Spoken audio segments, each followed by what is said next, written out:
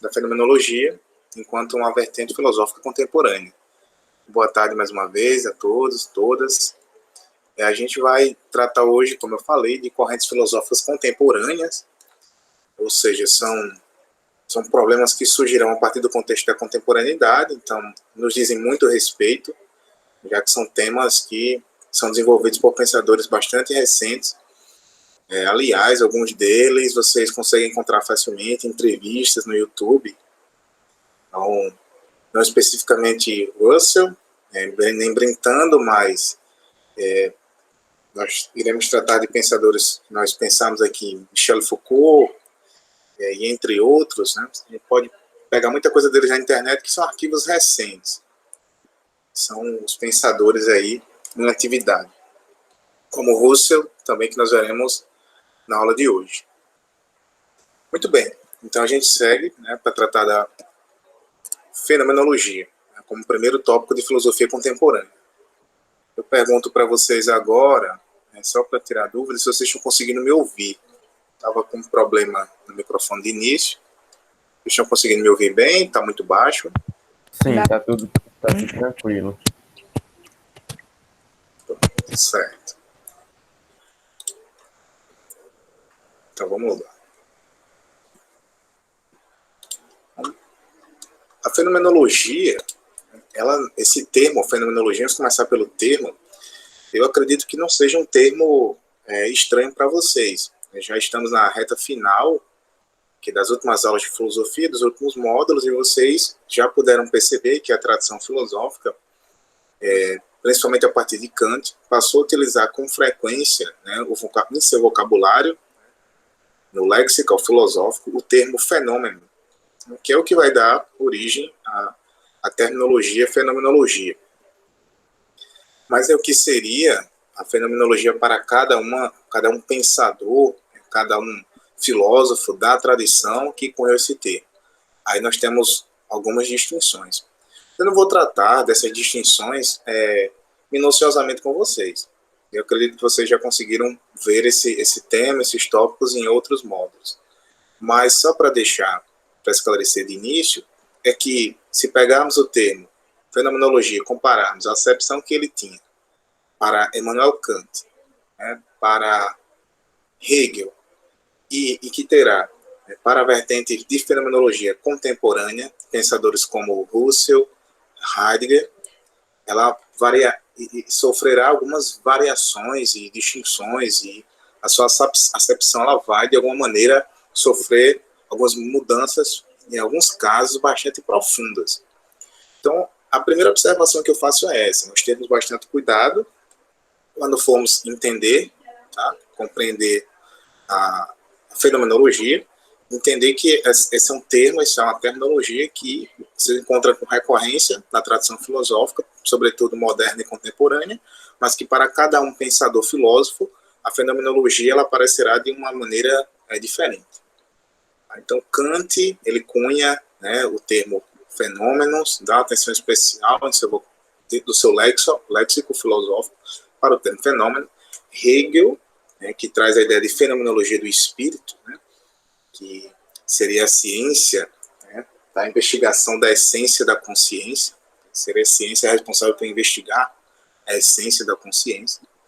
Mas para os fenomenólogos contemporâneos, cuja tradição remete a Brentano, né, e aí nós vamos ver aqui agora, a fenomenologia não vai assumir essa direção, assumir outras direções. É claro que são assuntos, alguns questionamentos comuns, são questionamentos comuns, mas que nós precisamos nos ater e ter muito cuidado para não realizarmos de alguma maneira, mistura, né? É melhor deixar cada filósofo em seu canto, né? Dentro do seu contexto, dentro da sua filosofia, ali dentro do seu momento, né, de reflexão, especificamente dentro da sua obra, né?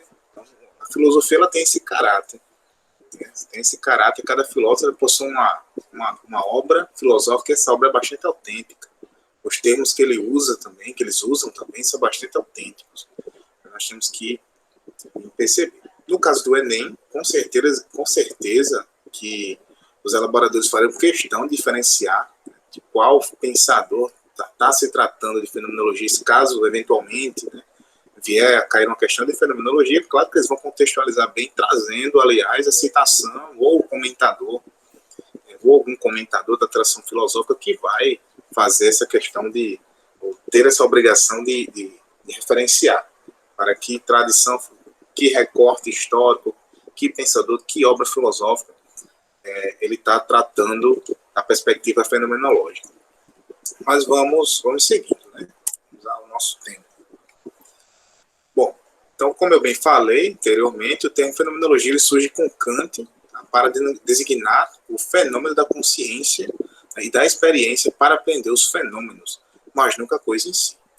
Então, quando Kant ele cunha o termo fenômeno, né, esse termo fenômeno, que significa o que aparece, né, ou também é tido no vocabulário kantiano como representação, né, aquilo que aparece ao sujeito. Quando ele aparece para Kant, quando ele surge para Kant, dentro da obra kantiana, ele quer dizer que, a partir da análise kantiana, a crítica da razão pura, de que nós deveríamos, no caso, nos atentarmos a uma análise de como funciona, né, as faculdades, né, de conhecimento humano. Então, Kant analisa que essas faculdades de conhecimento humano são limitadas, que elas possuem certos condicionamentos, que Kant dirá que nós só podemos aprender os fenômenos aquilo que aparece ao sujeito. Então, o interessante para Kant é que os seres humanos possuem limitações, a razão humana, melhor dizendo, possui limitações, de maneira que nós só aprendemos aquilo que aparece à nossa consciência.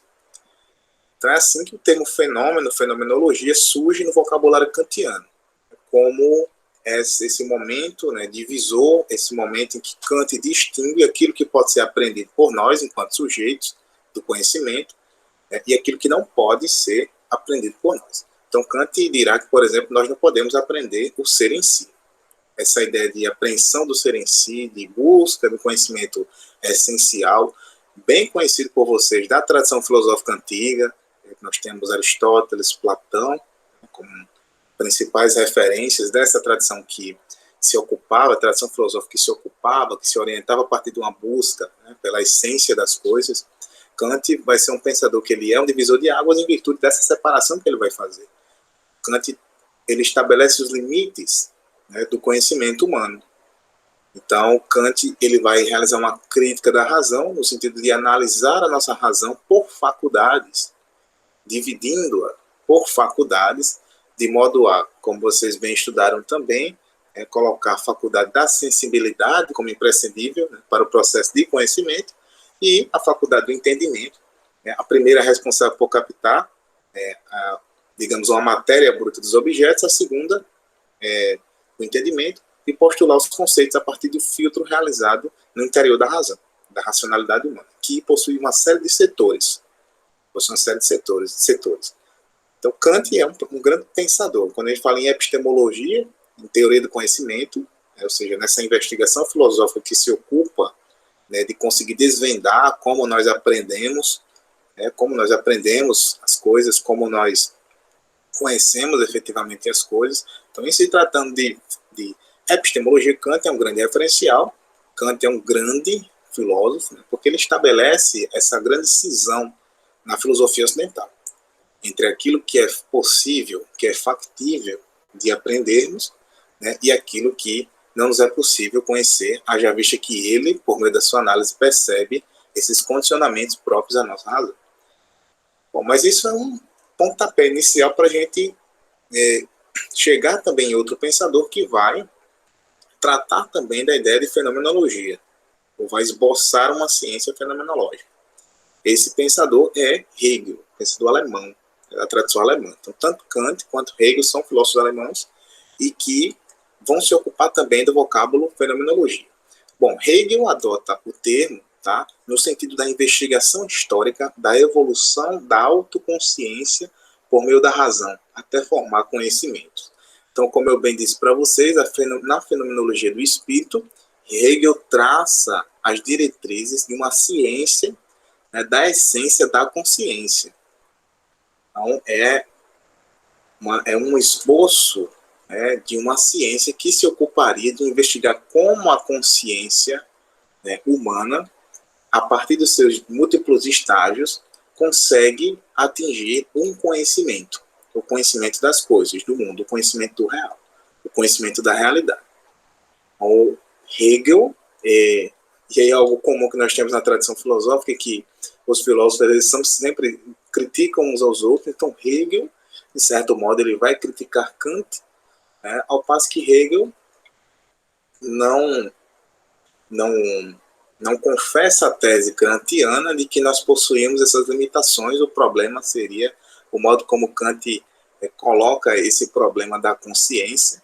Então Hegel ele analisa, né, o movimento da consciência de um modo distinto e percebe, traz um diagnóstico, né, de que é possível para os seres humanos ter acesso ao que ele chama de absoluto. Né? Não existem alguns termos que são colocados na filosofia hegeliana como o absoluto está em nós, e quer estar em nós. Aí já visto que ele traz a ideia de dialética, de movimento dialético. Então, mas tudo isso, até mesmo Kant, né, como Hegel, como eu falei, não vai entrar nos pormenores, né, da filosofia kantiana, né, nem tampouco da de Hegel.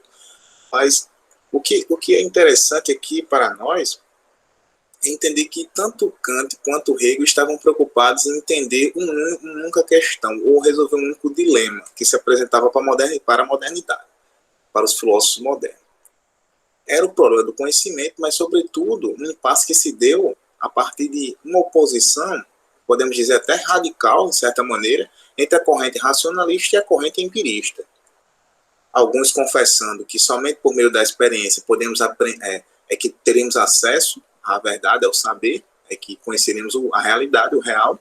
Outros dizendo que somente por meio da razão, da racionalidade guiada por um método, é que poderíamos acreditar da credibilidade daquilo que recebemos, né, pelas impressões. Então, uns defendiam fielmente o uso da razão, outros defendiam fielmente que o nosso conhecimento partia, se originava da experiência. Então havia uma dicotomia.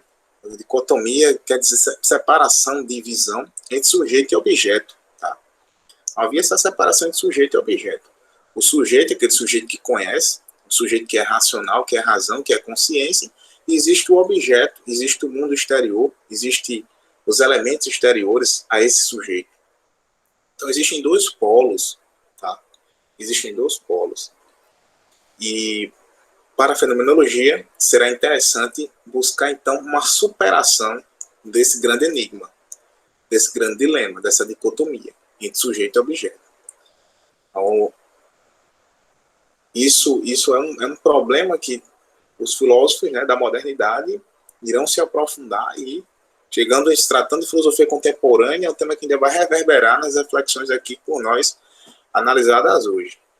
Então, quando chegamos no século XX, esse tema ainda se faz presente, e só que agora a fenomenologia ela ganha outras acepções, outros significados, principalmente a partir do uso feito pelo filósofo alemão, filósofo e psicólogo alemão Franz Brentano.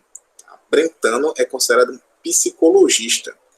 Há um movimento muito forte na filosofia contemporânea, chamado alguns movimentos muito fortes na filosofia contemporânea, né, denominados psicologismo, historicismo e alguns outros. O Franz Brentano ele faz parte dos psicologistas. E aquilo que ele vai trabalhar a partir dos seus conhecimentos, os conhecimentos psicológicos e os conhecimentos filosóficos, terá uma repercussão imensa em todo o rol de problemas que, e até hoje, se a gente pensa em filosofia acadêmica, não pode pensar fora do que Brentano, do que Russell, do que Heidegger e alguns outros fenomenólogos pensaram, tá? Trouxeram de contribuição. Então, é algo assim, são filósofos clássicos, né? Que nós chamamos de cânones da filosofia. É imprescindível, né? Precisa passar por eles. Eles são divisores de águas, realmente. Então, Kant, Hegel, Brentano, e aí, uma das suas grandes contribuições de Brentano, tá, é a ideia de intencionalidade. Justamente nessa perspectiva de buscar superar esse problema do conhecimento, da epistemologia. Afinal, o que podemos conhecer? Às vezes nós pensamos que nós costumamos, quando estamos na vida fática, né, na vida factual, no mundo concreto, as relações concretas, costumamos ignorar e ser indiferentes a esse problema do conhecimento, da epistemologia. Né? Muitas vezes a gente não se indaga dessas coisas, mas são problemas presentes. Não há uma resposta acabada para isso ainda. Não há uma resposta acabada, como não havia na época de Brentano. Afinal, como podemos conhecer, o que podemos conhecer, e quem conhece, o que conhece, sobre que circunstâncias conhece, tá? Então, Brentano, na sua época, também se para perguntar nessas questões. A época de Brentano é uma época também que muitas ciências, as ciências estavam em apogeu, vários segmentos científicos começaram a se tropicalizar, então surgiram muitas novas ciências, e o que possibilita muitos avanços da psicociência psicológica, da psicologia. Ele, por sinal, era um psicologista, vão auxiliar esses pensadores agora, né, a, digamos, ampliar ainda mais esse rol de indagações. Esse rol de indagações que diz respeito à questão do conhecimento. Afinal, né, como conhecer, o que conhecer, como aprender o real. Então, esses são os problemas basilares, esses são os pressupostos basilares para a gente entender a ciência fenomenológica. Ela se ocupa dessas questões ditas fundamentais, né, principalmente do ponto de vista epistêmico, tá, que diz respeito ao conhecimento. Então, de acordo com Brentano, a consciência e o pensamento possuem um aspecto fundamental, que é a intencionalidade. Então, vejam só, é a partir dessa sua inquietação que ele traz a ideia de intencionalidade. Para ele, a consciência e o pensamento possuem algo em comum, possuem um aspecto essencial, e esse aspecto essencial é a intencionalidade. E o que significa, então, a intencionalidade? O que seria a intencionalidade da consciência? Então, para Brentano, isso poderia ser explicado, a ideia de intencionalidade poderia ser explicada a partir da seguinte evidência. Brentano percebe que onde há consciência, sempre há consciência de alguma coisa. Então não há uma consciência sobre o nada. Não há uma consciência sobre o nada, para o nada. Não. Toda consciência é consciência de algo. Então todo movimento que a consciência faz, que se perfaz, melhor dizendo, o movimento que se perfaz a consciência está repleto, de intenções, de intenções no sentido de estar sempre eivada de conteúdos. Não há uma consciência destituída de conteúdos. É isso que Brentano está dizendo. Toda consciência ela já tem a sua carga de conteúdos. É isso que quer dizer intencionalidade. Então, sempre quando há consciência de alguma coisa. Às vezes a gente olha para um objeto do mundo e nós temos uma carga de informações sobre esse objeto. Uma carga de informações sobre esse objeto. Então, a partir do quê? De experiências concretas ou mesmo experiências abstratas. Né? A partir de memórias, a partir de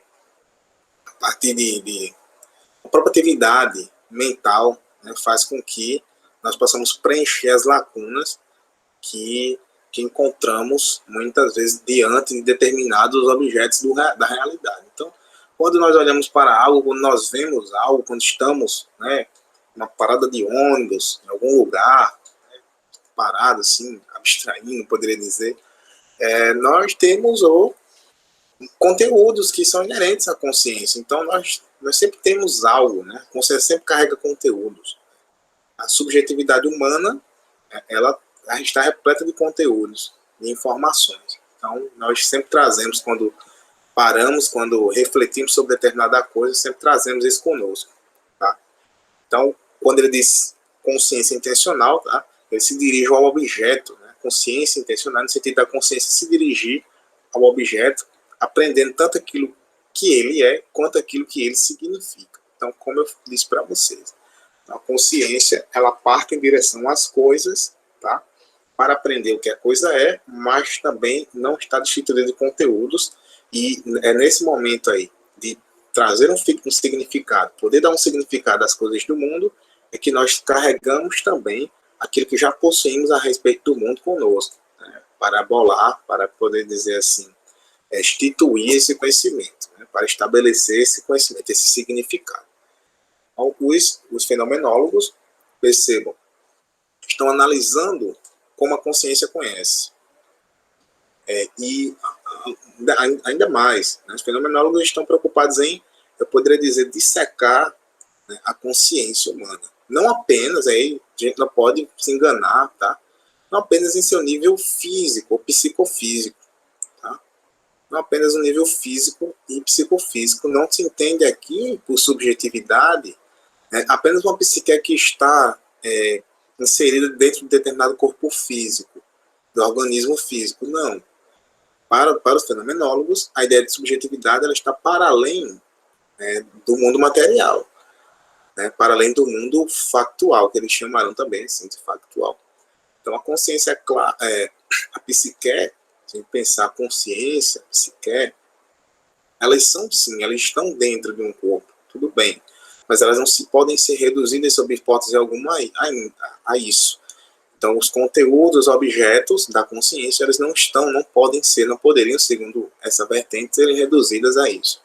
A esfera meramente corpórea, tá? O material, o factual, ultrapassando, então, o conteúdo factual. Então, é sobretudo abstrata também.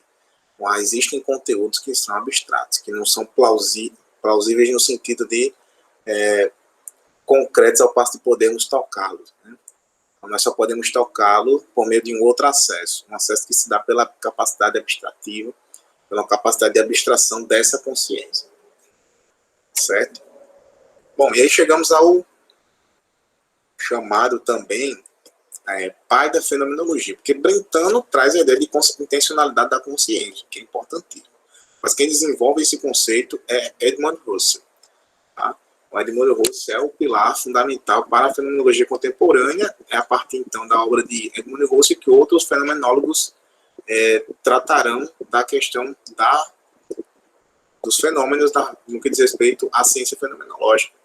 Né? Criarão as diretrizes, um método para a ciência fenomenológica. Um exemplo desses é o filósofo Martin Heidegger. Né?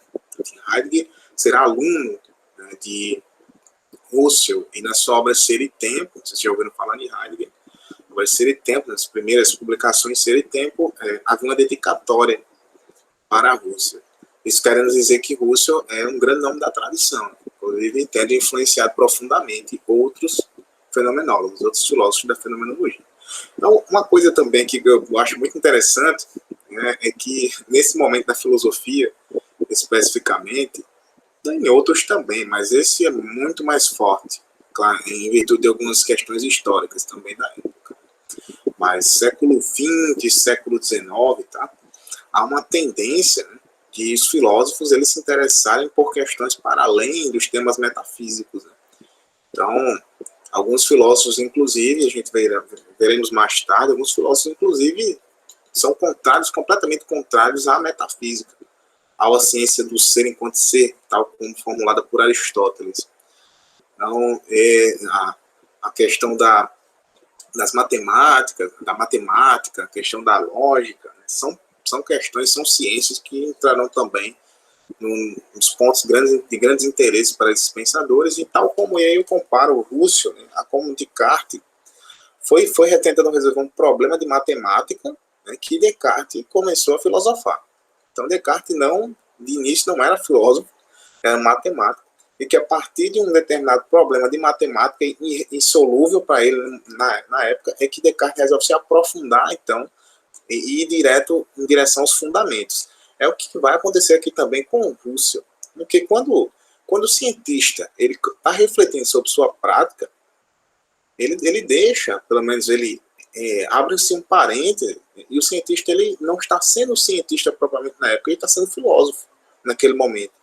Então, quando se reflete a respeito dos fundamentos, né, de determinada ciência, determinado método científico, poderíamos dizer que a prática científica, no momento, ela sofreu um processo de abstração, e ao passo que aquela pessoa está tendo aquela reflexão ali propedêutica, né, refletindo sobre fenômenos, sobre o edifício, né, daquele saber, os firmamentos daquele saber, ele está sendo filósofo. Então, o que acontece com Descartes? Descartes deixa de ser matemático para ser filósofo, no momento em que deixa a questão prática da matemática e se volta para os fundamentos da matemática, é o que vai acontecer também com Edmund Husserl. Então, havia um grande problema, tá? Havia um grande dilema na matemática, né? E Husserl, por ser matemático,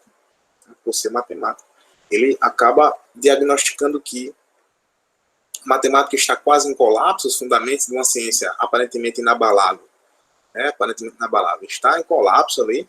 Então, é quando ele vai deixar de ser filósofo, não é deixar de ser matemático completamente, mas ele vai abrir um parêntese ali naquela investigação matemática e se debruçar sobre uma questão de filosofia, que é própria de filosofia. Afinal, então, as pessoas sempre imaginam, bom, mas o filósofo, né, aquele que... Né, a gente tenta sempre assim, pensar a filosofia como pertencente à área de humanidades e que como se a filosofia não tivesse relação nenhuma com problemas de natureza física, de natureza cósmica, de natureza voltadas principalmente para as questões voltadas para as ciências exatas, mas é onde a gente se engana, tá, gente? A maior parte dos filósofos são matemáticos.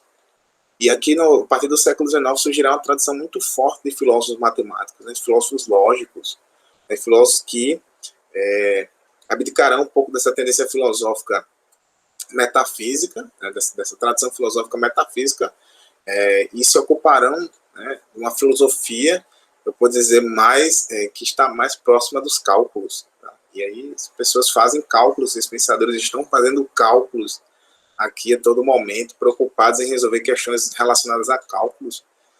Então não existe essa diferença, não existe essa ponte, né, como eu poderia dizer, sem relação, né, entre as ciências matemáticas e a filosofia. Pelo contrário, a filosofia se ocupa de todos os temas, de vários temas. É uma área que perpassa diversos temas.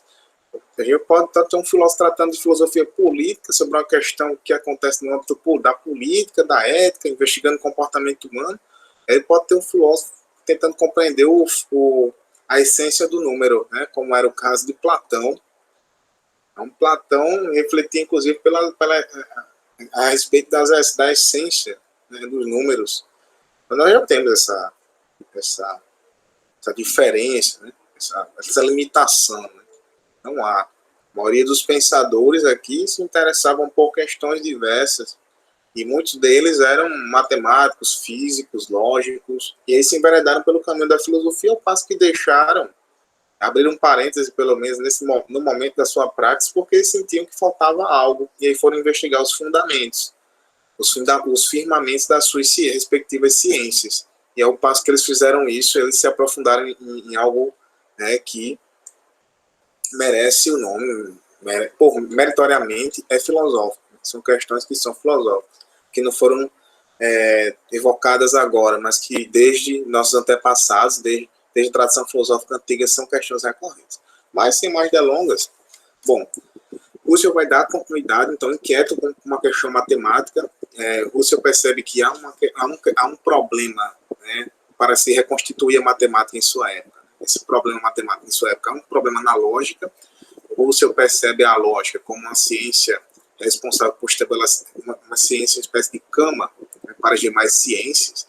Então, Husserl dá um ênfase muito grande à lógica, tanto que os primeiros trabalhos de Husserl chamam assim investigações lógicas, e ele, nesse trabalho, nesse pontapé inicial, Husserl começa a dar continuidade a alguns conceitos de Franz Brentano.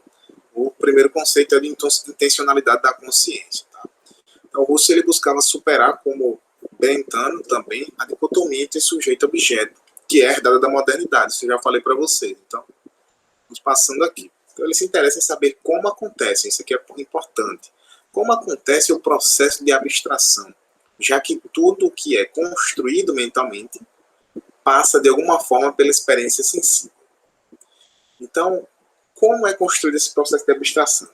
Se, de alguma maneira, conhecemos o mundo porque conhecemos sensivelmente. Ou como se dá a abstração? Como se dá a passagem do conteúdo de uma forma para outra?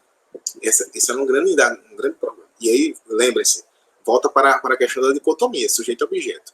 Aquele que conhece, né, aquele que se lança para conhecer, aquele que tem aptidões para conhecer, e aquilo que é conhecido, e aquilo que está lançado, colocado aí para ser conhecido, para ser aprendido por uma consciência, por um sujeito que possui uma consciência.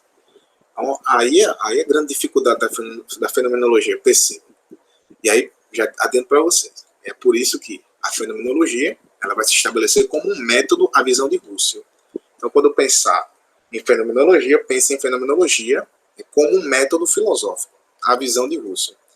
Porque a fenomenologia para Husserl seria essa ciência responsável por conseguir realizar essa superação da dicotomia sujeito-objeto, ou pelo menos colocar em termos mais claros aquilo que não foi solucionado na modernidade. Pelo contrário, surgiu uma série de problemas a partir dessa separação, dessa ideia de separação entre mundo e consciência, entre o mundo externo e o mundo interior, de cada um de nós, subjetividade. Então, como resolver esse grande impasse? Se fossem coisas extremamente contrárias, como de alguma forma elas poderiam se encontrar? Se são conteúdos de natureza tão distinta, como elas poderiam se encontrar? Como é que estaria esse encontro? E será que elas são mesmo de natureza? Será que essas coisas são mesmo de natureza tão distinta? Então é isso que a fenomenologia vai tentar superar a partir de um método. Então a fenomenologia é um método, um método fenomenológico. Então, o que a gente tem aqui, pessoal, é a construção, a edificação de um método filosófico, que vai ser aperfeiçoado por Edmund Husserl. Então, para Husserl, que, em final, a grande questão é como um conteúdo intencional pode estar contido no fenômeno mental. Então, essa vai ser a ideia, como um conteúdo intencional, um conteúdo que é proveniente dessa consciência, que é sempre consciência de alguma coisa, ela pode estar contida num fenômeno mental no sentido de que aquilo que aparece na nossa consciência, a representação que nós recebemos, que nós temos do mundo externo e que nos chega à consciência, como, então, nós podemos perceber que uma se relaciona com a outra. No fim, por fim, é isso. Como esses dois tipos de conteúdos podem se relacionar. De que modo, Vamos ver como é que a fenomenologia busca discutir isso, a partir das ideias de Husserl, desse método valioso, elaborado por Husserl. Então, vamos começar a dissecar essa questão. Então, para Husserl, o conteúdo intencional possui um caráter imanente. Então, um conceito muito importante aqui também é o conceito de imanência.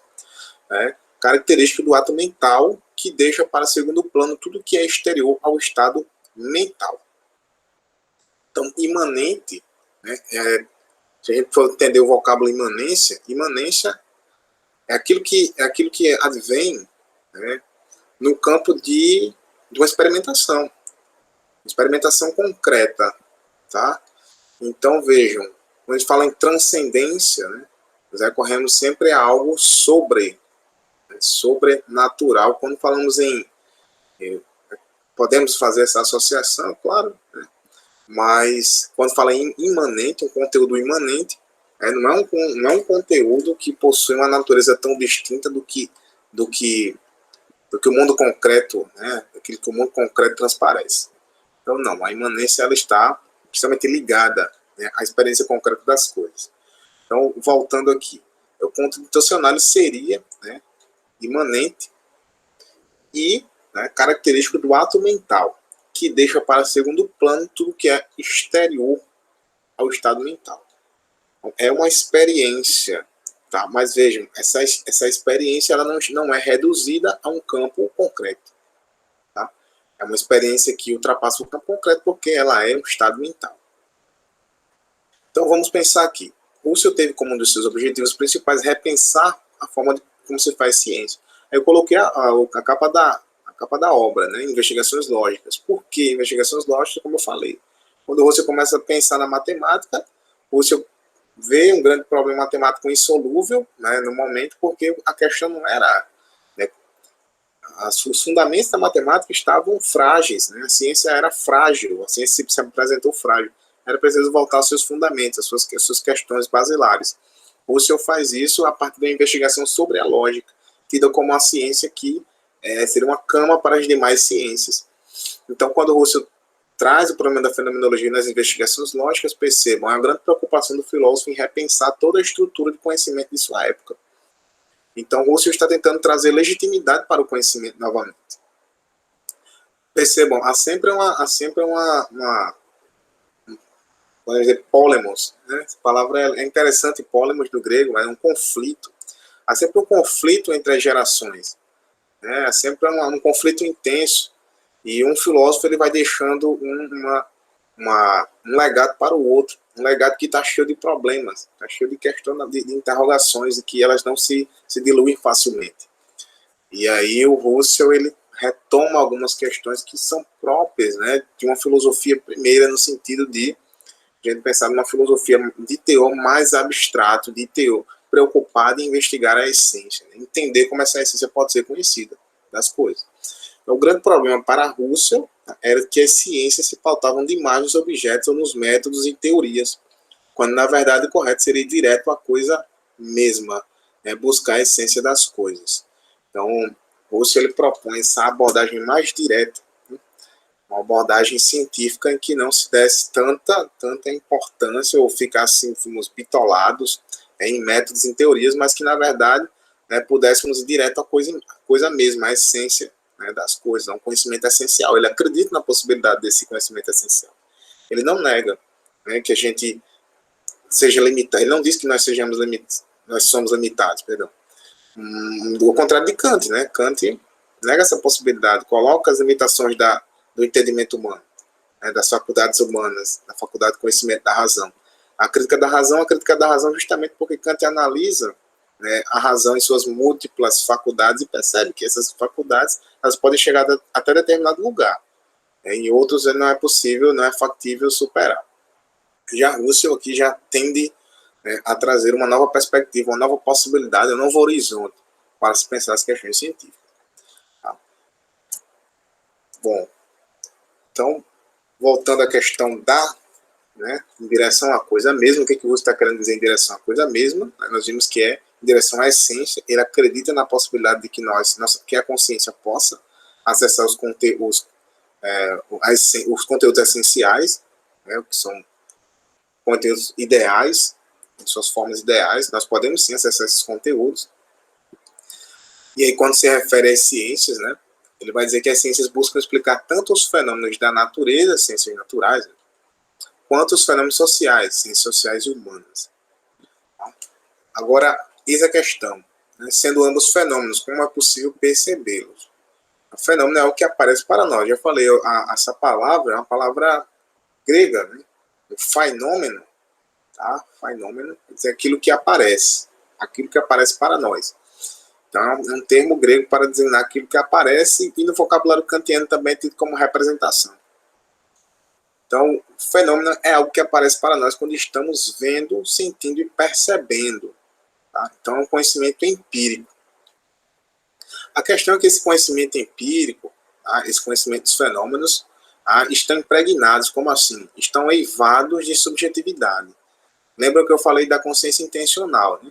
Consciência sempre constrói um significado de determinada coisa a partir de uma carga muito forte de informações que ela possui. Afinal, nós somos seres que estamos em constante construção, processo de construção. A subjetividade está carregada, né, de elementos.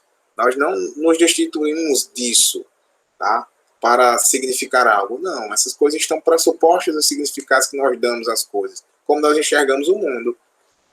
Então, não tem como nos afastar disso. Então, quando nós percebemos os fenômenos, tá, eles estão impregnados de subjetividade, porque a consciência em seu movimento ela não se destitui na hora de bolar uma determinada significação, de trazer uma significação disso que ela já previamente sabe. Muito bem. Então, para ele, esse conhecimento dos fenômenos ele está impregnado de subjetividade, que nada mais é do que as diferentes perspectivas sobre o mesmo fenômeno. E cada um percebe algo de uma maneira distinta, porque parte dos seus conhecimentos prévios. A gente pode usar esse termo, pode usar esse caminho para explicar. Cada um de nós percebe o mundo, vê o mundo a partir daquilo que possui, né, de conhecimento previamente ali adquirido. Então não há uma visão sobre o mundo que não esteja carregada de subjetividade. Afinal, a consciência, quando parte para conhecer, ela traz consigo esses conteúdos. Tá? Mas para Russell, essas subjetividades atrapalham, seriam elas responsáveis por atrapalhar esse contato direto com a essência das coisas. Então, é como se a essência das coisas fosse possível, sim, aprendê-la, pudéssemos aprendê-la, né? A essência das coisas realmente, de fato, mas a gente não pode, para Russell, né, fazer isso sem um cuidado de não ficarmos entorpecidos com essa impregnação de coisas, de subjetividade, subjetivismo, que a consciência traz consigo.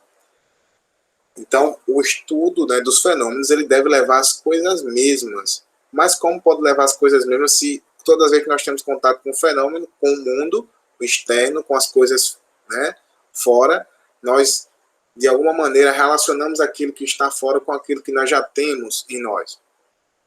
Isso não está poluído? Um conhecimento desse tipo não é poluído? Como é que eu posso garantir a objetividade do conhecimento dessa forma?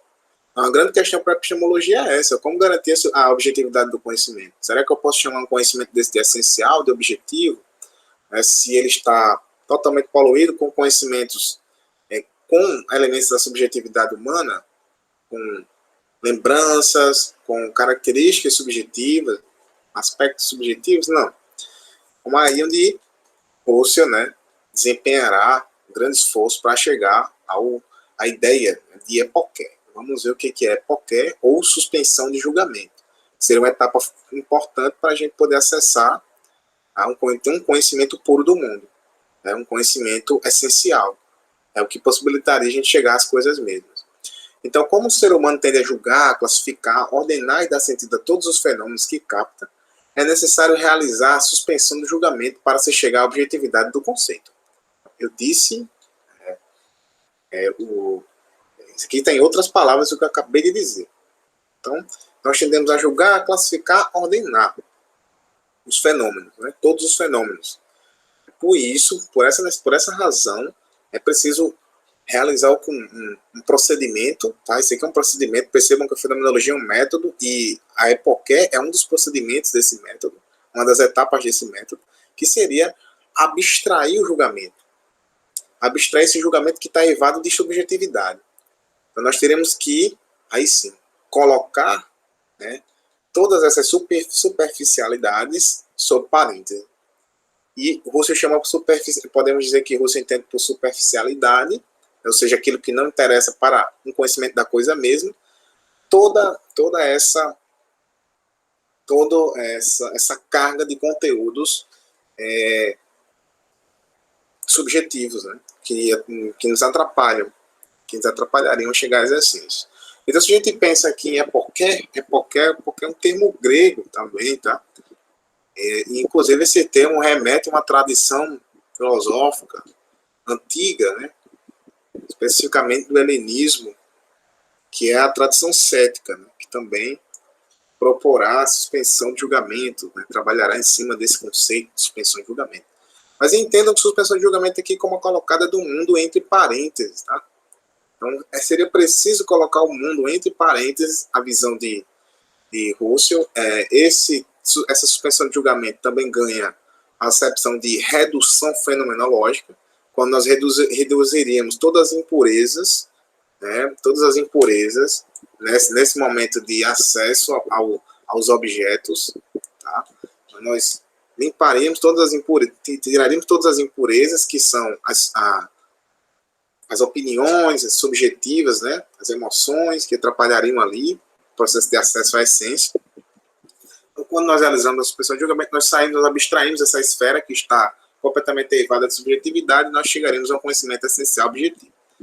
Então, mesmo que nós saibamos que existe sempre algum elemento subjetivo, quando temos uma percepção, quando estamos percebendo as coisas, sempre julgamos a partir de elementos subjetivos, há a possibilidade de a gente se livrar desses elementos subjetivos para alcançar a essência. Como fazendo isso? Realizando a epoqué, seria suspensão, juízo. Né? Ou seja, colocar esse mundo inteiro entre parênteses, para poder acessar, para poder pular, dar um passo, né, subir um degrau a mais, né, dessa consciência, né, desse movimento da consciência. Bom, então, essa é a suspensão de julgamento, né, de Husserl, né, colocada do mundo entre parênteses. É uma perda para um ganho, tá? A gente perde esse mundo previamente dado, esse mundo que nós já conhecemos, que nós já temos informações suficientes sobre eles. Então, nós perdemos ele para ganhar um mundo, e aí, digamos, eu poderia chamar assim, é uma perda quantitativa para um ganho qualitativo. É uma perda quantitativa em que a gente perde uma quantidade de informações, mas ganha uma informação, ganha um conhecimento muito mais fundamental, ganha um conhecimento sobre a essência das coisas, do que de fato se constitui algo. É um conhecimento muito, muito, muito relevante. Pois bem, então vamos tentar finalizar aqui. Então, para ele, tá? E ele vai fazer algumas críticas, tá certo? Então, quando se estipulam muitas explicações com raciocínios, esquece de verificar a coisa mesma na prática. Então, quando nós estamos envolvidos, tá, nessas explicações que são fáticas, que estão ainda nessa dimensão fora, né, da redução, né, fenomenológica, nós deixamos de lado esse conhecimento essencial, como eu acabei de dizer para vocês. Né? Nós acabamos perdendo quantitativamente. Quantidade de informações não significa qualidade de informações. É isso que Husserl está querendo dizer. A gente pode entender assim. Quantidade de informações não significa qualidade de informações. Então, para Husserl, o cientista, a ciência, ela deveria se ocupar muito mais, tá certo? Em buscar verificar a coisa mesmo na prática, realizando essas etapas aqui propostas pelo método fenomenológico, ao invés de ficar teorizando. Então, realizar as etapas de método, principalmente a etapa da Epoqué, da redução fenomenológica, significa uma disposição fundamental para chegar a um ser, a um conhecimento de um ser, da essência de determinada coisa, a um determinado fenômeno do mundo, também podemos dizer. É um pensamento, assim, uma tradição, é um pensador de obra vasta e, de certo modo, complexa? Eu poderia dizer que sim, mas eu tenho plena convicção, tá? Tenho convicção de que vocês lá na prova, se eventualmente cair, tá, alguma questão de fenomenologia, vocês estão aptos a entender, ou pelo menos a se situar dentro dos enunciados e perceber de que tradição está sendo reportada aqui, a que tradição o conceito de fenômeno está sendo reportado, a partir de que tradição, entender, né, a especificidade da tradição fenomenológica essa, que tem como percussor Franz Brentano, com a ideia de intencionalidade, posteriormente Husserl, né, pegando isso que Franz Brentano iniciou e desenvolvendo, e aí fazendo da fenomenologia um método capaz de alcançar um conhecimento essencial, o que era ignorado na sua época na filosofia contemporânea. Já que, se a gente pensa no positivismo de Auguste Comte diria que as investigações filosóficas metafísicas atrapalhariam o desenvolvimento da humanidade civilizacional. Então nós temos toda essa, eu poderia dizer, toda essa negação de uma filosofia com um teor ou com um propósito de um conhecimento do ser em si. Nós temos a preocupação, por o contrário, de correntes e vertentes, né, que consigam justificar um conhecimento mais prático, um conhecimento que quanto mais melhor, né, aquela máxima de Bacon, saber é poder. Então deixemos de fazer do saber um objeto de contemplação e façamos do saber algo que possa realmente nos ajudar a produzir artefatos e realizar intervenções concretas no mundo. É essa a ideia, né? Então, para a Rússia, na sua época, né, a ciência, ela, por essas razões, ela perde o vínculo com a existência humana, né, deixando de cobrir seu papel central de auxiliar a humanidade. E Husserl resgata, de alguma maneira, essa essência da ciência, é a sua intenção, resgatar a essência das ciências, que não pode ser feita, né, sem a ideia de um método capaz de fazer com que a gente compreenda a essência mesma das coisas. E esse método é a fenomenologia, porque, e aí vamos pensar no passo da Epoqué, fenomenologia seria capaz de fazer com que abstraíssemos ainda mais a consciência para um nível em que ela seria pura, né? E se depararia com os objetos de maneira também adequada, ideal. Então, a partir da redução, nós teremos um ganho de qualidade ao invés de quantidade. Para Russell, o que interessaria não seria a quantidade de informações, mas a qualidade de informações. Então, dessa maneira, por mais que a ciência evoluísse, não significava que as pessoas viveriam melhor.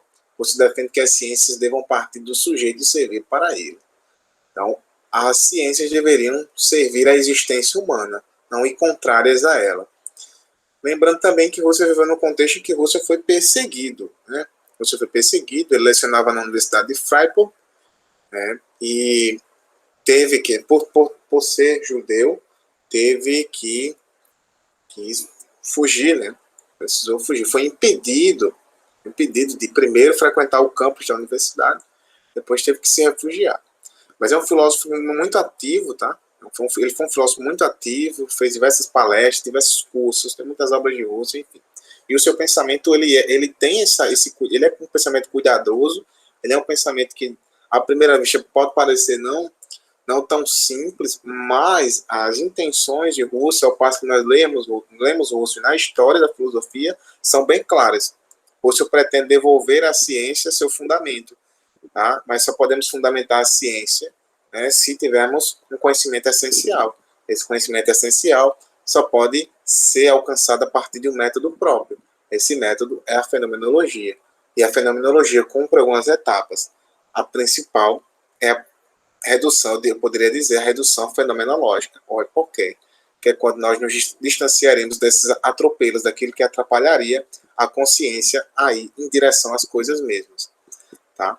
Então, os erros que nós temos, os erros que cometemos, estaria relacionado com esse julgamento, essa classificação que nós fazemos previamente nas coisas e que nos afastaria de um conhecimento mais puro dos objetos. Tá? Bom, então é isso. Esse é o conteúdo da fenomenologia. Alguma dúvida? Sei que nós vemos até 5 horas, mas falta a filosofia analítica. Podemos ir até 5:10 e a gente consegue finalizar, porque aí eu entendo também que vocês precisam descansar. 10 minutinhos a gente consegue. Se vocês tiverem dúvidas, podem dizer. 10 minutinhos a gente finaliza aqui como combinado, né? Bom, agora filosofia analítica, Russell e Wittgenstein. Então, a aula de hoje eu poderia dizer uma aula pesada. É uma aula pesada, assim, que puxa muito. São grandes reviravoltas. São grandes reviravoltas que o pensamento dará aqui nessa época. A filosofia contemporânea e os seus grandes dilemas.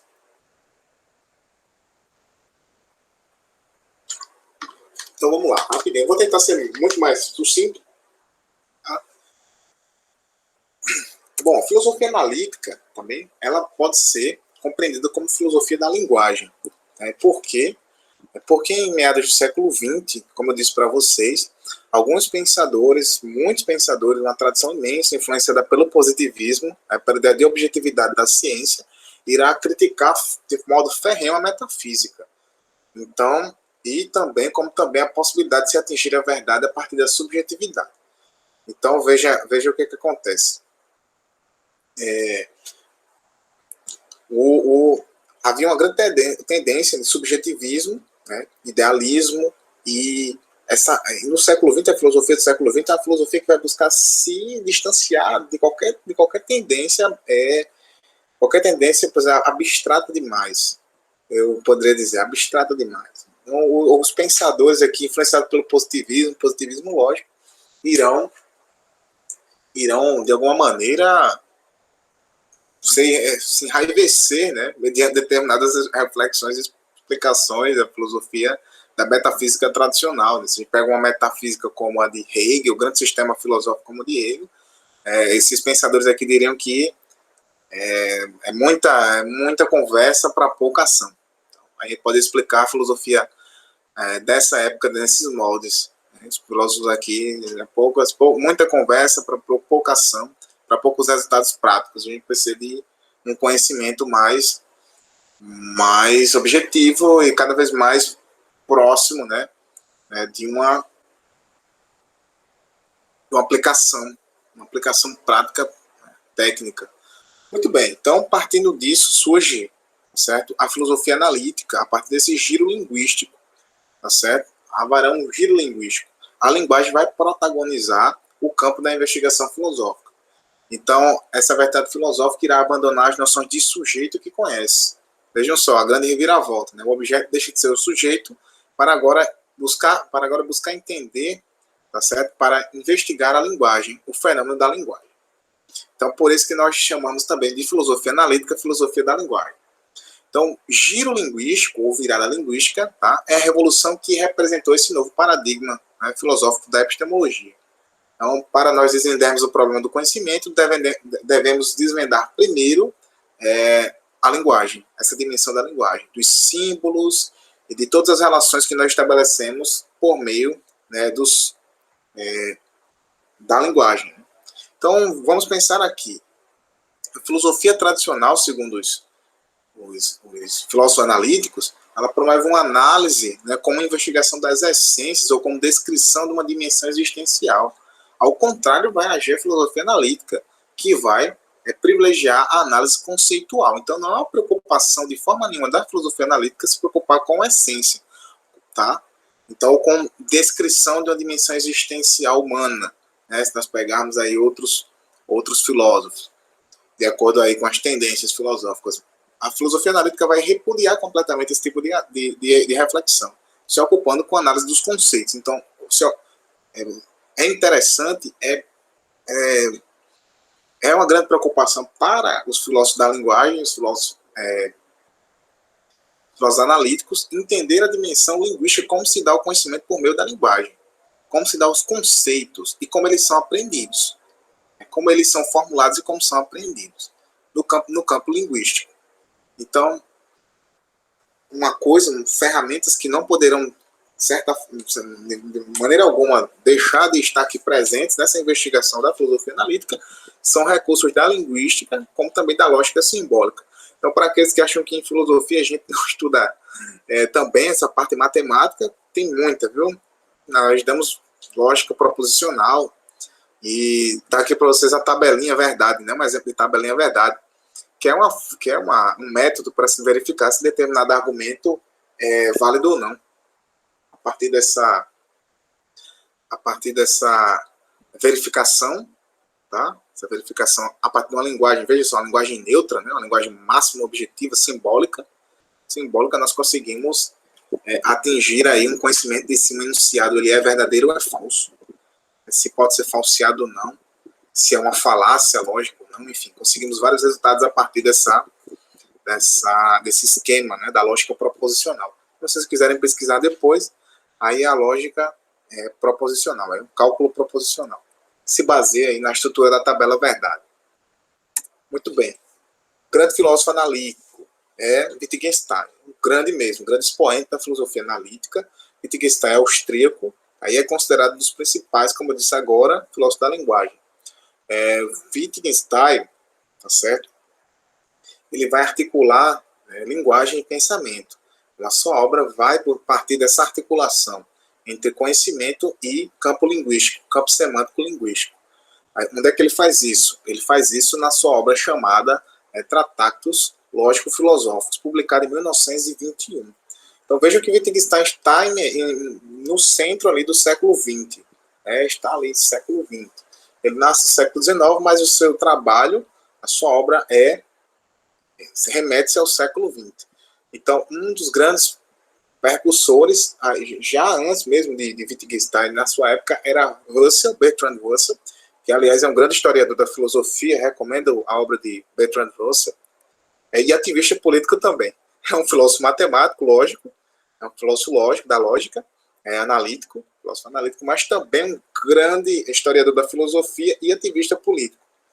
Então, Bertrand Russell, embora não pareça ao ter os contatos com a sua obra, mas também posiciona-se politicamente em relação a diversos temas filosóficos ocidentais voltados para esse campo prático, nessa dimensão prática. Muito bem.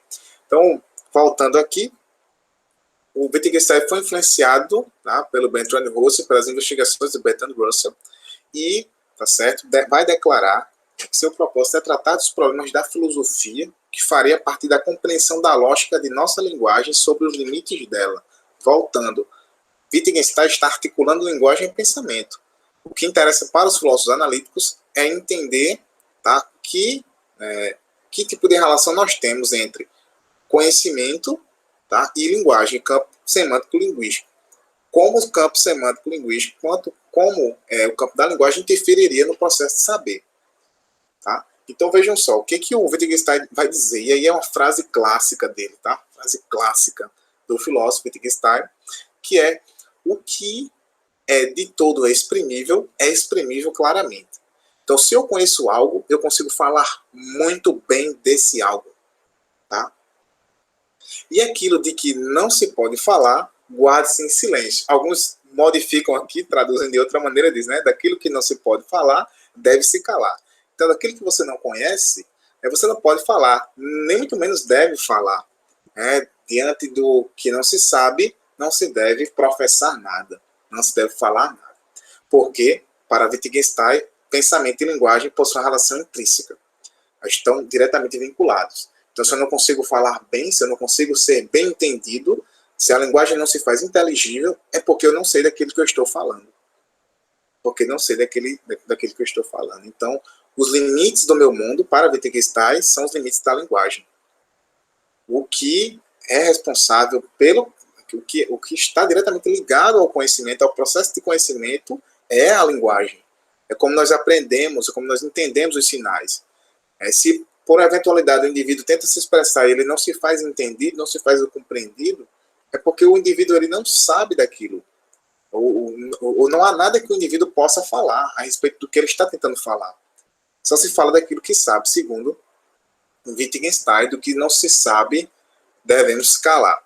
Então, essa é a ideia, mas vejam só, muitos brincam até com essas expressões de Wittgenstein, mas essa é uma observação que o filósofo faz, em virtude de que na tradição filosófica, talvez não tivesse, as pessoas não se deteram nesse campo, não deram a devida atenção a esse campo, e uma grande parte das dificuldades enfrentadas, né, com relação à epistemologia se deu em razão disso. A linguagem, tá, ela foi mal empregada, ou empregada para explicar coisas as quais as pessoas não sabiam. Tá certo? Não sabiam. Então, qualquer ambiguidade na linguagem, ela, antes de tudo, é uma ambiguidade do próprio pensamento. Tá certo? Bom, isso está no Tratado Lógico-Filosófico. Eu não vou me aprofundar muito não, tá, gente? Eu vou tentar aqui ser bem breve com vocês, né, para a gente poder finalizar, poder vencer. Então, a outra máxima importantíssima de Wittgenstein, que explica muito do seu pensamento, suas ideias, é que nada se pode saber fora da linguagem. Tá? Então, o que representa a sua posição metodológica pelo giro linguístico. Então, ele é um dos pensadores que defende o giro linguístico. Que deveríamos agora colocar como problema central não o sujeito. Né? Não a questão do sujeito-objeto, aquele velho problema que acabamos de ver lá para a fenomenologia, mas a questão da linguagem. Como nos expressamos por meio dela e o que tentamos expressar por meio dela. Como ela se faz entendida. Como aquele que se utiliza da linguagem se faz compreendido. E por que ele é compreendido? Há um sentido. Então, ele vai começar a dar algumas categorias para a gente aqui. Temos as categorias aqui a categoria de fatos, né? Que é por meio da linguagem que os fatos são representados. Bom, ele vai diferenciar. Os objetos não simples, os objetos são simples, os fatos são complexos. Então, ele não fala aqui em objetos da consciência, objetos da linguagem, ele fala em fatos. A linguagem expressa fatos, porque os fatos eles são coisas complexas. Então, não é algo tão, eu poderia dizer, supérfluo. Não é algo supérfluo, tá? É algo que é complexo, que possui a dimensão de complexidade, sim. Aí que a linguagem expressa, porque também essa dimensão complexa possui aptidões, possui condições para expressar esses fatos complexos. Então, e é por meio dele que temos acesso ao mundo. Um exemplo, né? Nada dizemos, segundo Wittgenstein, diante do conceito água, mas sim quando se trata de uma proposição. Então, a água é límpida, né? Limpa, que indica um fato do mundo, né? Uma situação do mundo, determinada situação.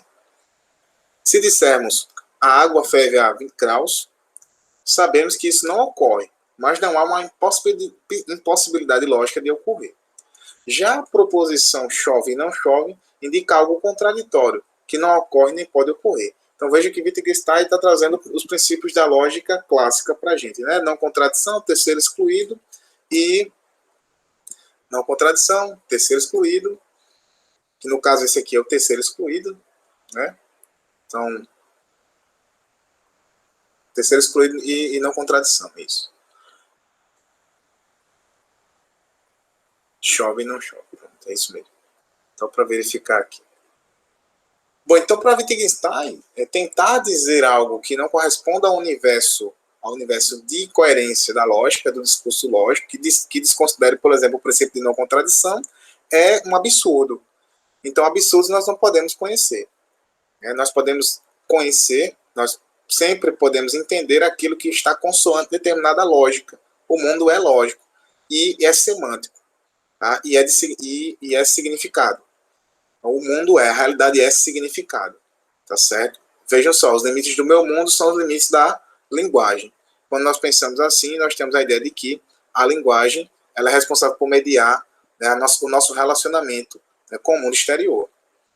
Somente por meio da linguagem que a gente pode aprender ou pode ter acesso. Aquilo que não pode ser exprimido pela linguagem não pode ser entendido por outro meio algum. Então, a linguagem ela é a grande detentora aqui, né, para Wittgenstein. Bom, temos uma segunda fase de Wittgenstein também, onde Wittgenstein vai trazer a ideia de jogos da linguagem, tá certo? Então, na segunda fase do pensamento, ele continua ocupando o significado das expressões linguísticas, tá? Não mais se atendo ao que elas se referem, mas ao modo como elas são usadas. Então, ele percebe, geralmente, que buscamos nas proposições o que elas explicam ou redescrevem. Retomando o exemplo anterior, a água é límpida. Damos uma característica da água, mas se dizemos simplesmente água, isso pode ter vários significados, dependendo das circunstâncias. Então, aqui é uma questão da pragmática, né? É uma questão do campo linguístico da pragmática. Porque o que faz com que compreendamos determinada objeto seria o contexto em que determinada proposição enunciada seria o contexto em que ele é proferido. Então, determinadas gírias, tem as variações linguísticas, né? Temos aí em língua portuguesa. Variações linguísticas, vocês estudaram também. Dependendo da região, você pode falar o nome de um alimento e a pessoa não conhece. Estava passando um dia disso na televisão, o pessoal falando, tinha acho que uns 10 significados de acordo com regiões do Brasil diferentes para pão francês, o mesmo pão, né? Assim, tinha pão francês, e tinha diversas pessoas, dessas regiões do país chamavam pão francês de um nome diferente, né? E o mesmo acontece também com a macaxeira, né? Aqui a gente chama macaxeira, mas com certeza tem alguém aqui de vocês, que deve ter algum familiar, algum colega, algum parente, que conhece macaxeira por outro nome, dependendo da região. Então tem essas variações de localidade, de região, que demonstram isso que Wittgenstein está dizendo, né? Dependendo do contexto, você fala água, certo? Ela pode assumir vários significados, certo? Então, nós dependemos das circunstâncias, né, para saber se algo é assim ou de outra maneira. Então, não se trata mais de uma representação, tá? Mas de uma hipótese. Toda a linguagem é colocada como uma hipótese, cuja adequação à realidade precisa ser conferida. E certamente terá vários, né? Daí ter criado a expressão jogos de linguagem, né? Aí foi por isso que ele trouxe a ideia de jogos de linguagem. Você pode brincar com a linguagem. Um exemplo da macaxeira, por exemplo, é um exemplo perfeito, né? A planta, você pode pegar essa planta e colocar no meio assim, ou então o prato feito. Pode perguntar para pessoas de regiões diversas do país, que elas vão dar uma série de nomes diferentes.